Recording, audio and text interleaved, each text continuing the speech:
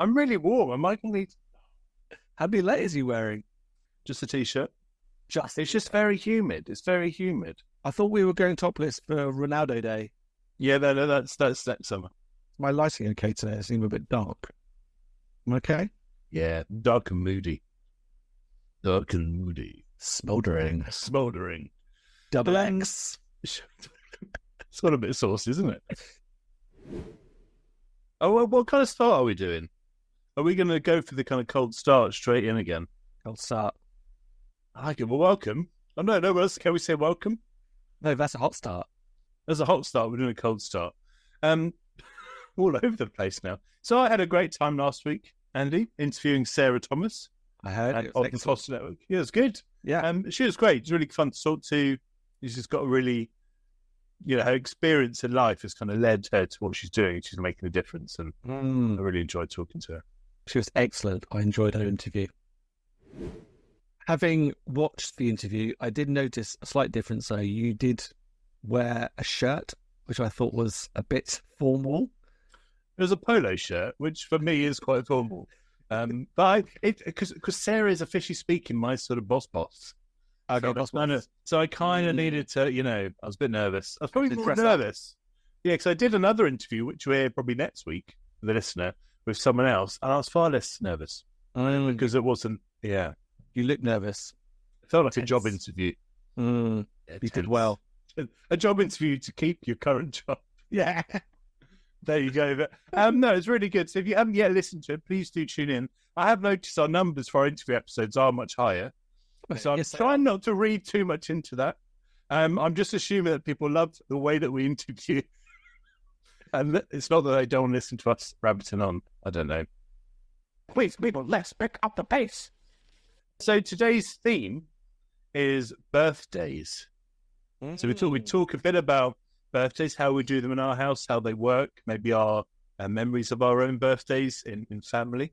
And with that in mind, I thought we'd start with a game today. We're something a bit different. We're going to try playing a game on the kind of birthday theme. So we're going to play a game called Just a Minute. Have you heard, Andy, of Just a Minute? No, explain what it is. You don't heard of Just a Minute on BBC 4, Radio 4? No? Radio 4? I know I'm in my 40s, but I don't listen to Radio 4. I'm still Radio 1, man. Nicholas Parsons?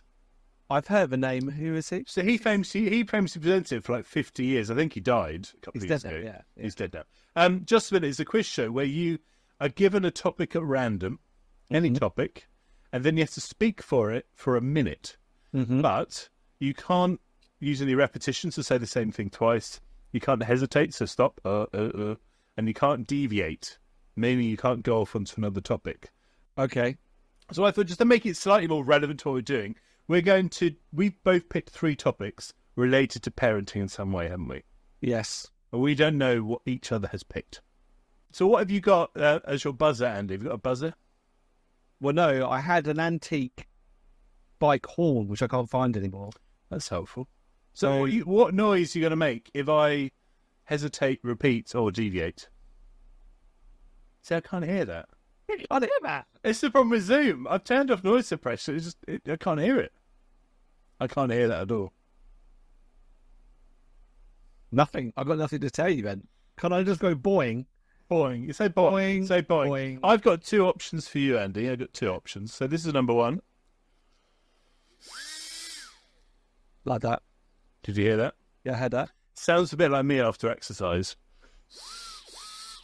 Yeah, pretty much. And then this one.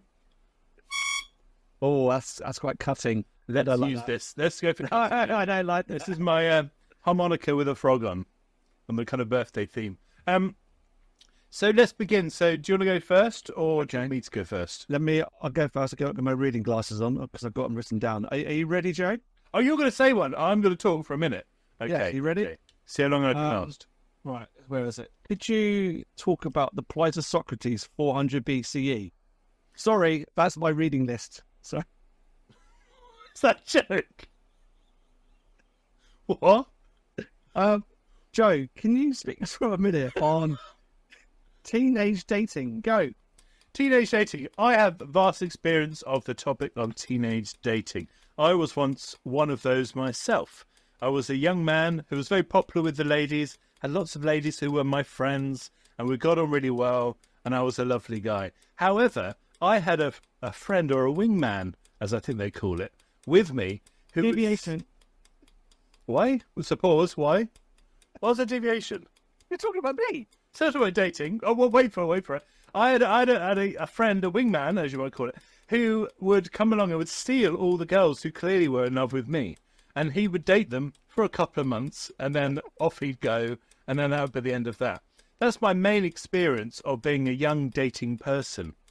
I also know that young people nowadays date in a different way. They use things on their phones called apps to connect with other young people to talk about various things like lit and slay, and then they swipe at each other, and then they become a couple. Yeah, did I get to a good minute? So how many bad, was that just one deviation? Well, I was hoping you would talk about your own teenagers dating. That's what I was hoping to get out of you. Because we are a podcast about parenting, aren't we? Yeah, because you told me to get some topics from it. Well, I thought, I'm not sure I can really talk about the love life of my teenage sons. I think if I did, I think I'd get in trouble. Teenagers generally, you may... I don't know. Teenagers generally, well, we've started. So I think, that was one beep, and I think I repeated a few times. I was trying not to say teenager. It's very hard. Right, are you ready, Andy? Okay, I've reset the timer. Okay, so your first topic, okay. No repetition, hesitation, or deviation, is high chairs. Go. High chairs are really repetition, good. hesitation. Because if they don't have a high chair, they would just not sit on a chair next to a table. We have bought something called a trip trap chair. It sounds Scandinavian, but I'm not sure the origin of the trip trap chair. We have two of these chairs. We bought them in two different locations. I think one was near Crawley. The other one, I can't remember where I bought it. But can I recommend the trip trap chair? Because you can. Repetition, trip trap. You can change the levels of the thing you sit on and the thing you put on your feet on. So as the child grows, you can expand, or, I mean, it's very likely they will get smaller. They tend to get larger children generally. So you can expand the chair as they grow, as the years pass. High chairs come in all sorts of colours and sizes and materials, and they're getting invention. That's 1 minute. Very good. I was at least 4. I think I won that round. I kind of leaned on my own trip trap chair experience a bit too much. So I've seen your trip trap. It's nice, isn't it? But aren't you now at the max height? So you now going to move on? What are you going to move on to? Just a chair? Well, the daughter, they are quite comfy for adults. The daughter refuses to sit on an adult chair. I'm like, probably time now just to sit on a normal adult chair. She refuses. Yeah. But the boy, he's up full length now, yeah? Maximum width. Okay, round 2. Are you ready? Yeah. Your second topic, Joseph, is mobile phones in school, yay or nay? Go.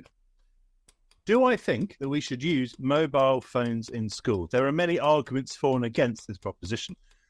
Arguments for, which I would largely agree with in the experience of my own children, whose school allow them to use their telecommunication devices, is that it enables them to learn how to use them appropriately in a professional setting. So researching things on Google, or sending an email with their homework to their history teacher, for example, which is all well and good. However, on the other side, the arguments against might...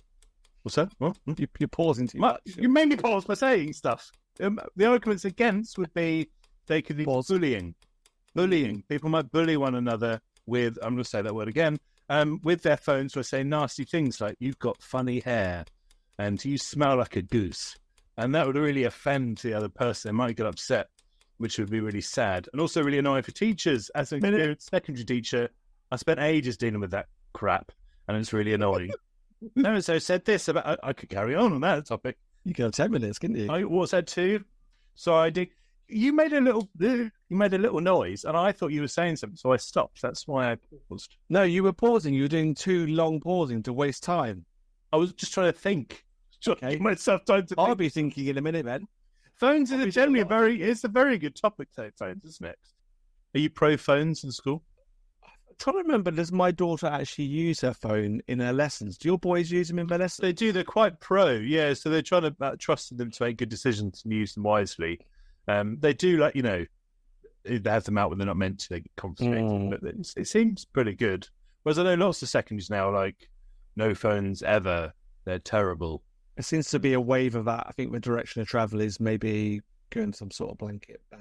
Which I don't agree with, because I think ultimately these people are going to, schools is about getting you ready for life and for work. And everyone goes to work, use their phones.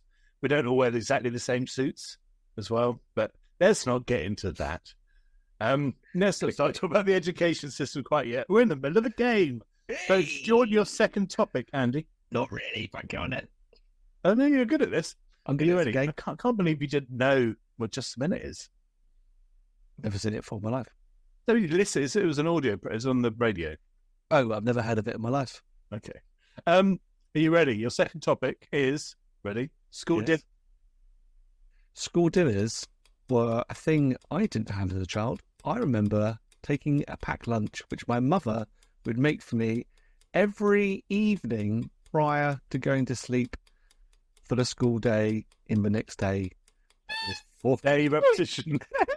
My children have always had school dinners. I think because they're adopted, they get school dinners free of charge. I mean, I wouldn't pay for them because they're expensive. My boy's new school, the food he gets is amazing. They've got 2 chefs on site and they make food from scratch. Repetition chefs, you said 2 every day.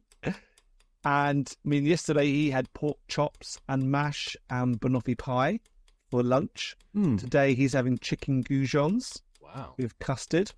So good stuff. School dinners. Chicken goujons are just posh chicken nuggets. You didn't have. That's a minute. Well done. Very good. I think some of my my interjections were probably a bit wrong there. A bit whimsical. Yeah. So you didn't know, you never had, I don't think I had school dinner. I think I did at Christmas. So we get like a little letter and we pay like £1.50 and I'd have the worst Christmas dinner ever. Yeah, maybe it does ring a bell. Third round, last round, because we got to finish. Okay, yes, we've been far too long. The plight of, oh no, that's a different word. The plight of buying new shoes at the start of term. Go. Ooh, that's a very interesting topic to talk about.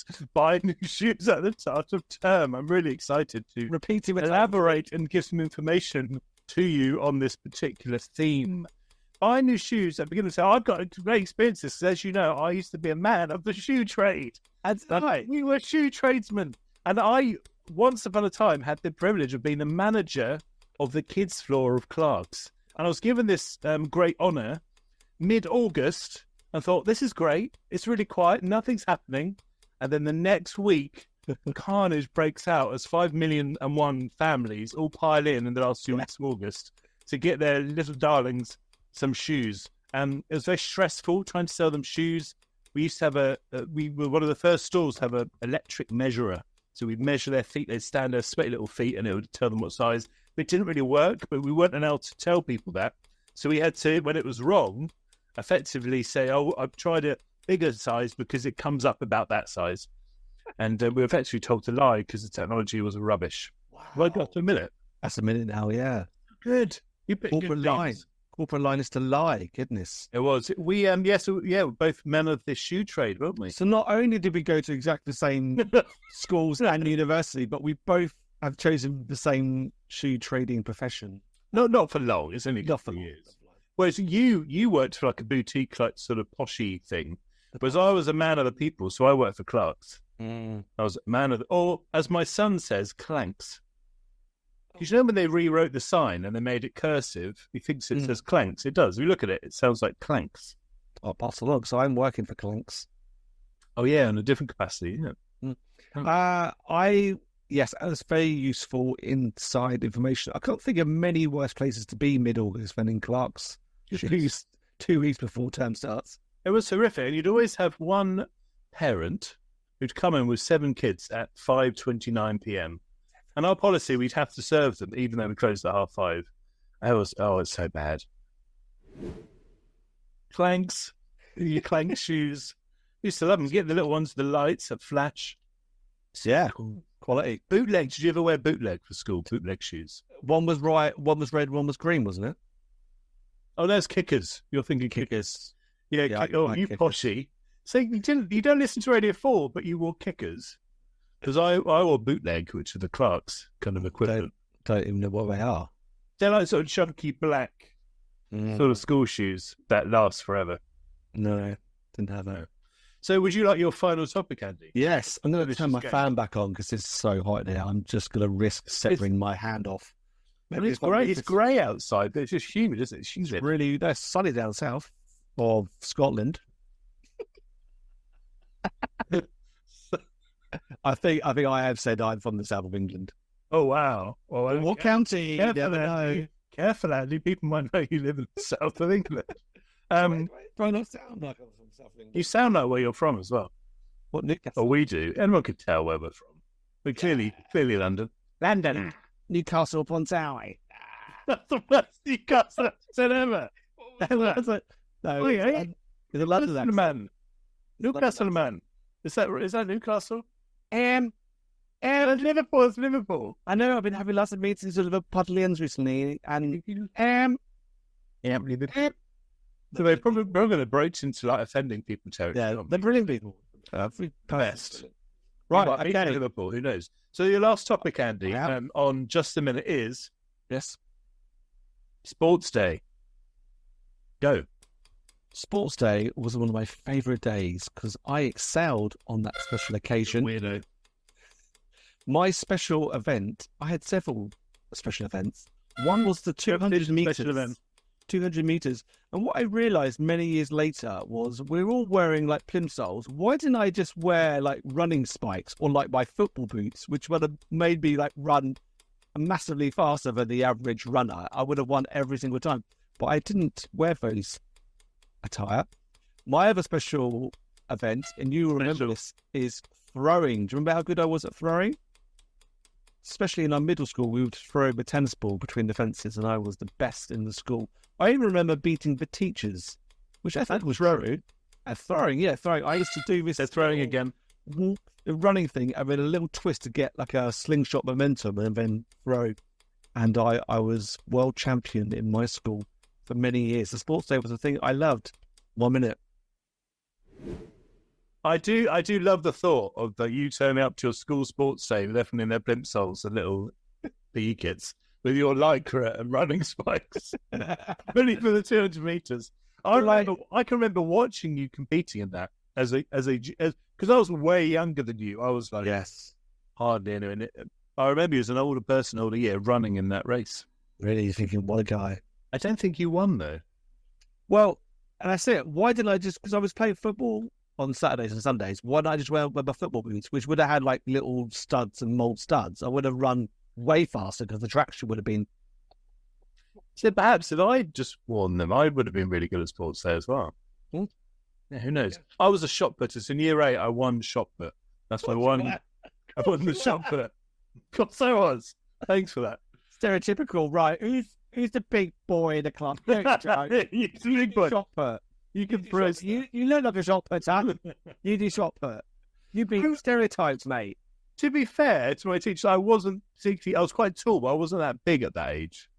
I was kind of it was probably You would, no. I probably thought I was, but I just I probably wasn't that fading big. hair day. You lost your hair quite early. It's my hair in year 8. I broke my neck in year 8, but that's another. What? That's You another didn't break your neck. Playing rugby, I did. I told you. You've never broken your neck. We got about. I have. Oh man, You breaking your neck? So year 8 rugby, Mr. Britain. Remember Mr. Britain? Yes, I remember. Big guy, big hairy guy. Yeah. Alpha rough man. Moved to Canada. We didn't win any games at all. We played various schools, kept getting beaten, and then we finally got a try in a game.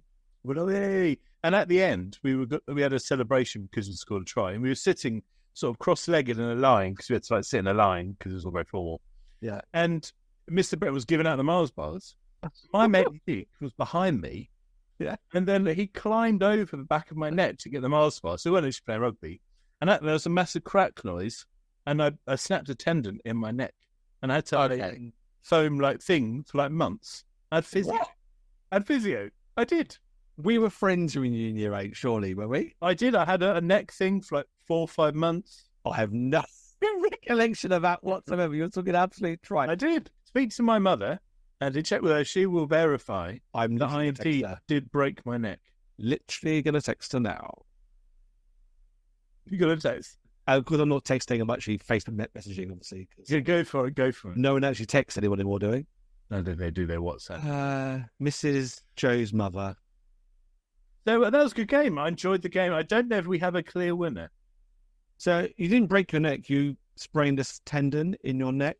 No, snapped a tendon. That's a physio. Joe. It also ended my budding rugby career as well. Tendon in his neck in year what year are you claiming this to be? Year 8. I think it was year 8. I might not remember because it was such had to wear a foam neck brace and have physio. This is such a wind up. For how many months? Really not. It's really how many months are you claiming? 3 or 4 months. 3 or 4, so not really defined. 3 or 4. That's easy for you to say. Anyway, that was good. I enjoyed that game. I'm thinking we'll try to include a few more games on the pod. It's good fun. So I thought we could talk a bit about how we celebrate birthdays in our families with our kids as parents. Also maybe reflect on our childhood. So for me, I remember as a kid, birthdays were a big thing. I particularly have very fond memories of birthday parties in my garden. So my mum and dad were very good. We had quite a big garden as kids at setting up games and things that we do. So I remember mounds of flour with sweets in there to put your head in and chucking water balloons at each other and doing little obstacle courses. And they always made it really fun. Even in the winter when we had parties, we do musical chairs and have lots of food. I think there's a video, Andy, of me at my sister's parties, just generally getting in her way because she's quite older than me. And I was this little kid just getting in the way, and they would be dancing to Kylie Minogue and all this sort of stuff. And I'd be quite annoying. But yeah, so I've got great memories of childhood. And now we kind of have lots of routines. So we always have the birthday chair out in the morning where we put all the gifts on. And then whoever's birthday is, they'll open all the presents. We all sit around. Then we usually have some sort of special breakfast, maybe croissant or something like that. So it's a bit nice, a bit fancy. Pain au chocolat. Pain au chocolat and chocolat. Chocolat. Yeah, Cocoa Pops. So we enjoy that. And then whoever's birthday is, we always pick what we eat in the evening. So it's takeaway or we go out for a meal and we get to pick the meal. And that's kind of our little routine. And I like birthdays. How about your birthday experience? Similar. We don't have a birthday chair. I like that. As we have a birthday lounge table, which the presents go on. I mean, furniture options are interchangeable. Similar, we have an evening meal, usually a takeaway, but we all like Chinese, so we always have Chinese, whoever's birthday it is. It's Chinese, which is lovely. My own birthdays, I think the approach is very different compared to my wife's family and my family. I think in my family, it wasn't a real big deal. My uncles would send me a card eventually, maybe. But in my wife's family, they would make a big deal of coming around and sitting down and talking to them. It was a big special thing. Well, the family would get together. Yeah, so all the sisters and brothers would come over. And in my family, it's oh yeah, if you're about, it's all kind of a bit cash. And I think you bring those experiences into your own expectations and parenting, don't you? I mean, I agree with this. Wow. All by yourself? Well, it grew on my pear tree and it fell off. I picked it up. But I planted the pear tree. Does it feel soft? No, it would need 2 or 3 days to ripen.